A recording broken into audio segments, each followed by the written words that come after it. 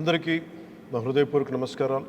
ఎన్నికల సమయంలో ఎన్డీఏ కూటమి ప్రభుత్వం ఏర్పరిచిన వెంటనే పంచాయతీరాజ్ వ్యవస్థని బలోపేతం చేస్తాం, ప్రభుత్వ పనితీరులో పారదర్శకత, జవాబుదారీతనం తీసుకొస్తామని మాటిచ్చాం. ఇచ్చిన మాట ప్రకారం ఈ నెల 23వ తేదీన దేశంలో మునుపెన్నడీ జరగని విధంగా రాష్ట్రంలోనే 13,326 పంచాయతీల్లో 4,500 కోట్ల రూపాయల నిధులతో 87 రకాల పనులతో గ్రామాభివృద్ధి చెందేలా, 9 కోట్ల పని దినాలతో 50 లక్షల కుటుంబాలకు ఉపాధి కల్పించేలా, మహాత్మా గాంధీ జాతీయ గ్రామీణ ఉపాధి హామీ పథకం కోసం ఒకే రోజున గ్రామ సభలు నిర్వహించి తీర్మానాలు చేస్తున్నాం.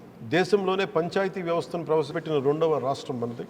73వ రాజ్యాంగ సవరణ ద్వారా పంచాయతీలకు రాజ్యాంగ ప్రతిపత్తి కల్పించి 3 దశాబ్దాలు దాటింది. ఇప్పుడు 2వ తరం సంస్కరణలతో పంచాయతీ మలిదశ విప్లవం మన ఆంధ్రప్రదేశ్ రాష్ట్రం నుంచే మొదలు పెడుతుంది. గత 3 దశాబ్దాలుగా ప్రతి స్వాతంత్ర దినోత్సవానికి, గణతంత్ర దినోత్సవ వేడుకలకు మైనర్ మేజర్ పంచాయతీలకు నామమాత్రంగా 100 రూపాయలు, 250 రూపాయలు మాత్రమే ఇస్తూ వచ్చారు.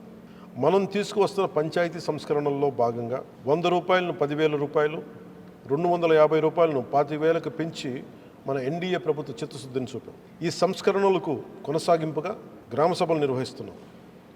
గ్రామ సభ అంటే 10 మంది ఒక చోట చేరడం కాదు, గ్రామాభివృద్ధికి బాధ్యత తీసుకోవడం, మన గ్రామాన్ని మనమే పరిపాలించుకోవడం. భారతదేశపు మూలాలు, జీవం, చైతన్యం మన పల్లెల్లోనే పదిలంగా ఉంటుందని మహాత్మా గాంధీ గారు చెప్పారు. అలాంటి పల్లెల బాగు కోసం ప్రధానమంత్రి శ్రీ నరేంద్ర మోదీ గారి సంకల్పంతో, ముఖ్యమంత్రి శ్రీ చంద్రబాబు గారి నేతృత్వంలో పంచాయతీరాజ్ మంత్రిత్వ శాఖ సారథ్యంలో సాధారణ